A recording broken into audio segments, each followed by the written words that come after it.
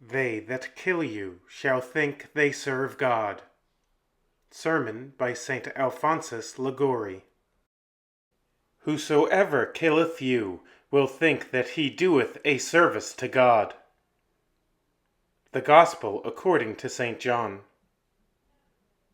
In exhorting his disciples to be faithful to him under the persecution which they were to endure, the Saviour said, Yea, the hour cometh that whosoever killeth you will think that he doeth a service to God. Thus the enemies of the faith believed that in putting Christians to death they did a service to God. It is thus that many Christians of the present day act. They kill their own souls by losing the grace of God through human respect and to please worldly friends. Oh, how many souls has human respect, that great enemy of our salvation, sent to hell? I shall speak on this subject today, that, if you wish to serve God and save your souls, you may guard as much as possible against human respect. In the first point, I will show the importance of not being influenced by human respect, and in the second, I will point out the means by which this vice may be overcome. First point. On the importance of not being influenced by human respect. Woe to the world because of scandals. Jesus Christ has said that through the scandals of the wicked, many souls fall into hell. But how is it possible to live in the midst of the world and not to take scandal? This is impossible. To avoid taking scandal, St. Paul says, we should leave this world. Otherwise you must needs go out of this world. But it is in our power to avoid familiarity with scandalous sinners. Hence the apostle adds, But now I have written to you not to keep company with such a one, not as much as to eat. We should beware of contracting intimacy with such sinners, for, should we be united with them in the bonds of friendship, we shall feel an unwillingness to oppose their bad practices and bad counsels. Thus, through human respect and the fear of contradicting them, we will imitate their example and lose the friendship of God. Such lovers of the world not only glory in their own iniquities, they rejoice in most wicked things. But, what is worse, they wish to have companions, and ridicule all who endeavor to live like true Christians, and to avoid the dangers of offending God. This is a sin which is very displeasing to God, and which he forbids in particular manner. Despise not a man that turneth away from sin, nor reproach him therewith. Despise not those who keep at a distance from sin, and seek not to draw them to evil by your reproaches and irregularities. The Lord declares that, for those who throw ridicule on the virtuous, chastisements are prepared in this and in the next life. Judgments are prepared for scorners, and striking hammers for the bodies of fools. They mock the servants of God, and he shall mock them for all eternity. But the Lord shall laugh them to scorn, and they shall fall after this without honor, and be a reproach among the dead forever. They endeavor to make the saints contemptible in the eyes of the world, and God shall make them die without honor, and shall send them to hell to suffer eternal ignominy among the damned. Not only to offend God, but also to endeavor to make others offend him, is truly an enormous excess of wickedness. This execrable intention arises from a conviction that there are many weak and pusillanimous souls, who, to escape derision and contempt, abandon the practice of virtue and give themselves up to a life of sin. After his conversion to God, St. Augustine wept for having associated with those ministers of Lucifer, and confessed that he felt ashamed not to be as wicked and as shameless as they were. How many, to avoid the scoffs of wicked friends, have been induced to imitate their wickedness? Behold the saint, these impious scoffers will say. Get me a piece of his garment. I will preserve it as a relic. Why does he not become a monk? How many also, when they receive an insult, resolve to take revenge, not so much through passion as to escape the reputation of being cowards? How many are there who, after having inadvertently given expression to a scandalous maxim, neglect to retract it, as they are bound to do, through fear of losing the esteem of others? How many, because they are afraid of forfeiting the favor of a friend, sell their souls to the devil? They imitate the conduct of Pilate, who, through the apprehension of losing the friendship of Caesar, condemned Jesus Christ to death. Be attentive. Brethren, if we wish to save our souls, we must overcome human respect, and bear the little confusion which may arise from the scoffs of the enemies of the cross of Jesus Christ. For there is a shame that bringeth sin, and there is a shame that bringeth glory and grace. If we do not suffer this confusion with patience, it will lead us into the pit of sin. But if we submit to it for God's sake, it will obtain for us the divine grace here and great glory hereafter. As, says St. Gregory, bashfulness is laudable in evil, so it is reprehensible in good. But some of you will say, I attend to my own affairs. I wish to save my soul. Why then should I be persecuted? But there is no remedy. It is impossible to serve God and not be persecuted. The wicked loathe them that are in the right way.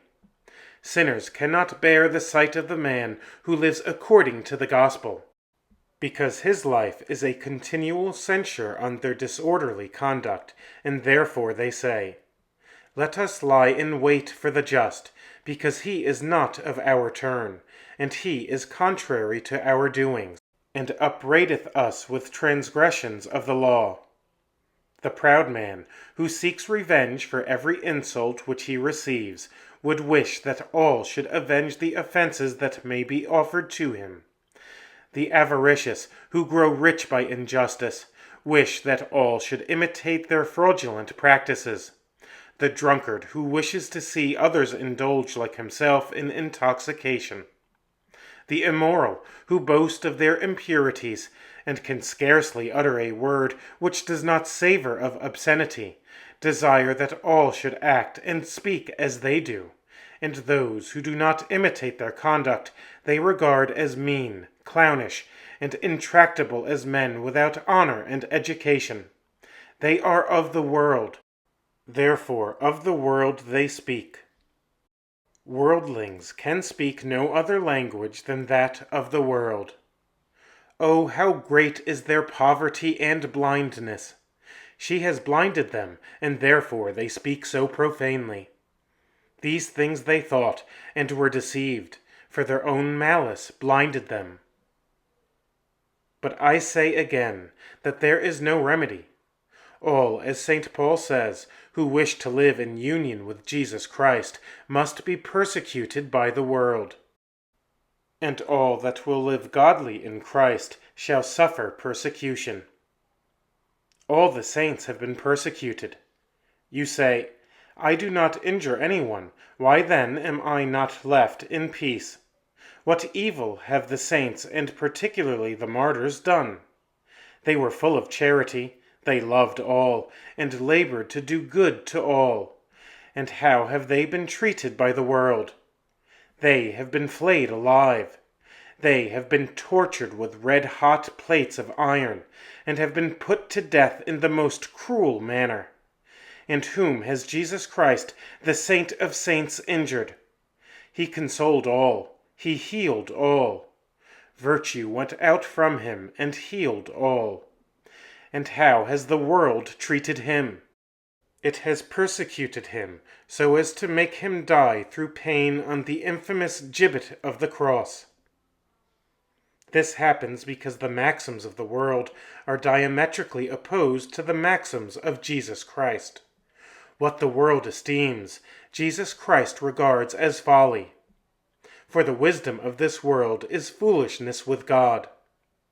And what is foolish in the eyes of the world, that is, crosses, sickness, contempt, and ignominies, Jesus Christ holds in great estimation.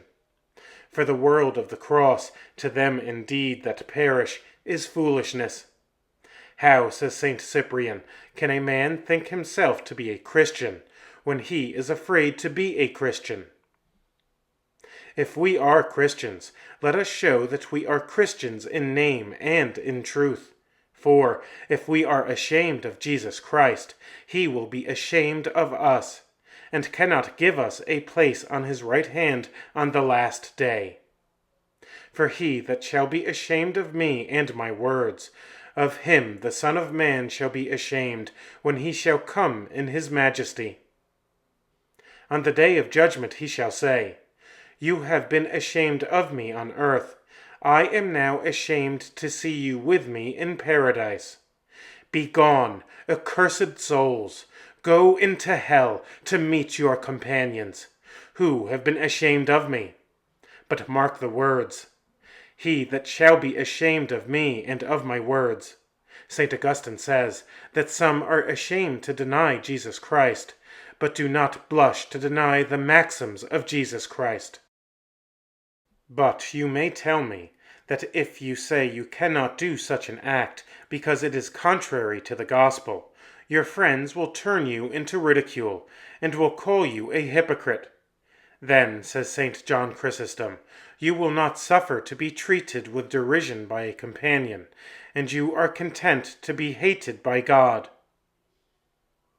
The apostle, who gloried in being a follower of Christ, said, The world is crucified to me, and I to the world. As I am a person crucified to the world, an object of its scoffs and injustice, so the world is to me an object of contempt and abomination. It is necessary to be convinced that if we do not trample on the world will trample on our souls. But what is the world and all its goods? All that is in the world is the concupiscence of the flesh, and the concupiscence of the eyes, and the pride of life. To what are all the goods of this earth reduced? To riches which are but dung, to honors which are only smoke, and to carnal pleasures. But what shall all these profit us, if we lose our souls? What doth it profit a man, if he gain the whole world, and suffer the loss of his soul? He that loves God and wishes to save his soul must despise the world and all human respect. And to do this, everyone must offer violence to himself. St. Mary Magdalene had to do great violence to herself in order to overcome human respect and the murmurings and scoffs of the world, when, in the presence of so many persons, she cast herself at the feet of Jesus Christ, to wash them with her tears and dry them with her hair. But she thus became a saint, and merited from Jesus Christ pardon for her sins, and praise for her great love. Many sins are forgiven her because she hath loved much. One day, as St. Francis Borgia carried to certain prisoners a vessel of broth under his cloak, he met his son mounted on a fine horse, and accompanied by certain noblemen. The saint felt ashamed to show what he carried under his cloak. But what did he do in order to conquer human respect? He took the vessel of broth, placed it on his head, and thus showed his contempt for the world. Jesus Christ, our head and master, when nailed to the cross, was mocked by the soldiers. If thou be the Son of God, come down from the cross. He was mocked by the priests, saying, "He saved others, himself he cannot save." But he remained firm on the cross. He cheerfully died upon it, and thus conquered the world. "I give thanks to God," says Saint Jerome, "that I am worthy to be hated by the world."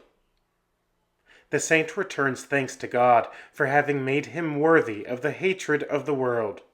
Jesus Christ pronounced his disciples blessed when they should be hated by men. "Blessed shall you be when men shall hate you."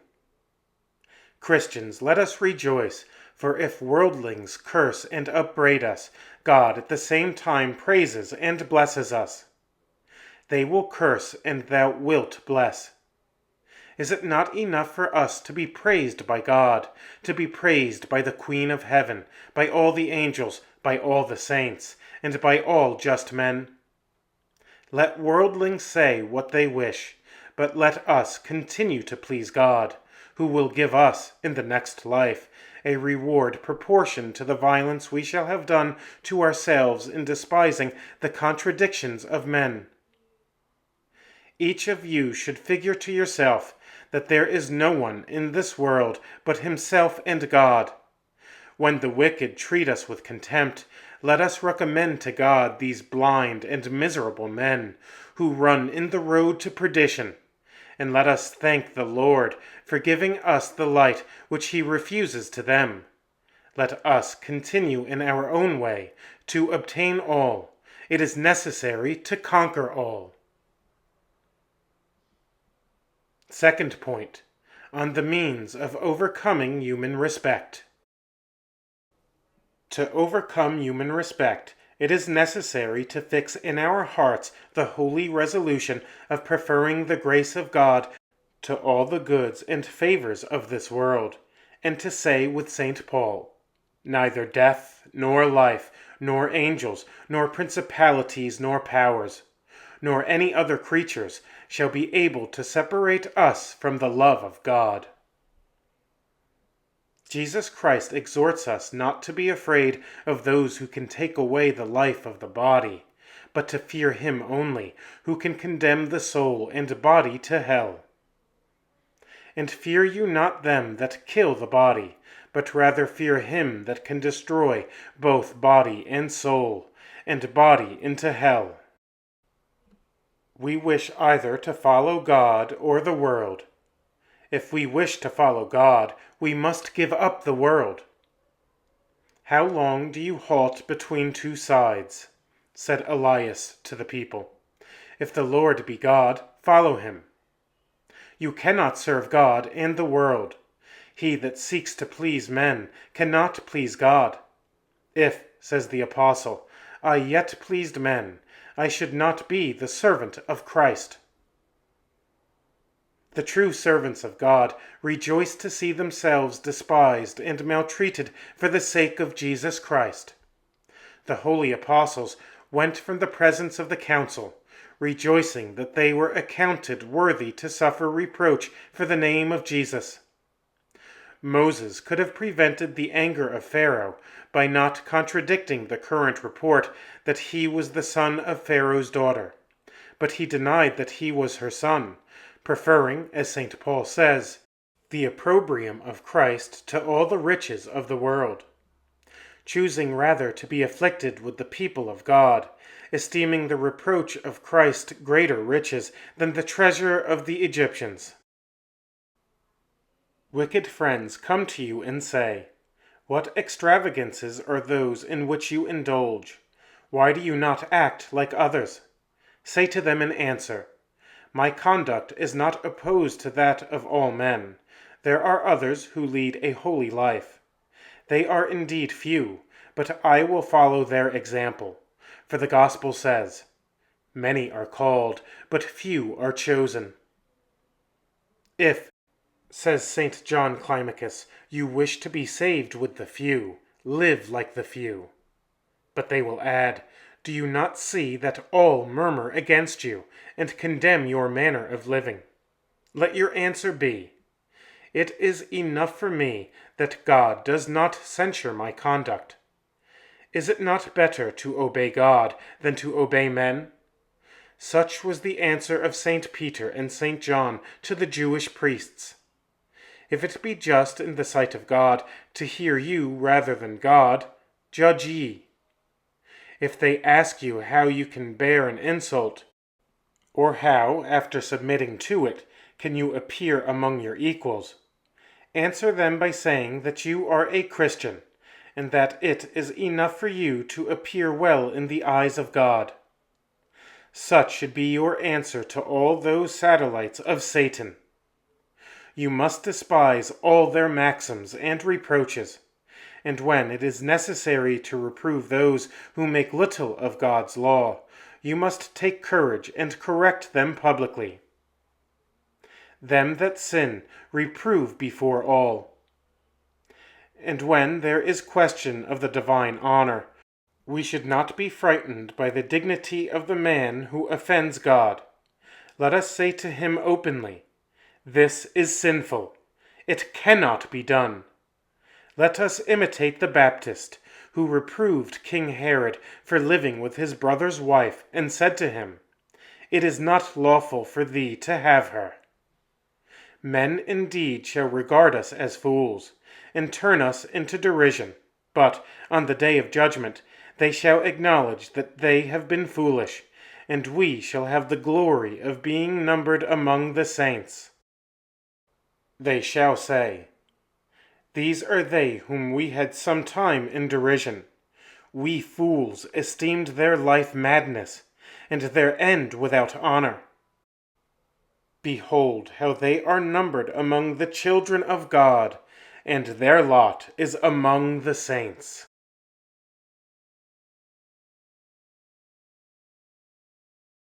Welcome to the Virgo Potens YouTube channel. If you enjoy this video, give it a like. I also invite you to subscribe to this channel so that you won't miss new content. Please prayerfully consider supporting my work by becoming a patron of Virgo Potens on Patreon and/or by buying one of my books. My ebooks are available on Amazon as well as on the Apple Bookstore. For those who prefer a physical copy rather than an ebook, my book, Spiritual Warfare, Know Thy Enemy, is also available as a paperback on Amazon. If you are interested in making a one-time contribution, I suggest that you do so by simply buying one of my books. I am thankful for your support. Links to Patreon and to my books will be posted in the comments section of this video. The continuation of this work isn't possible without you. Lastly, and most importantly, please pray for me. May the Virgin Most Powerful guide and protect you.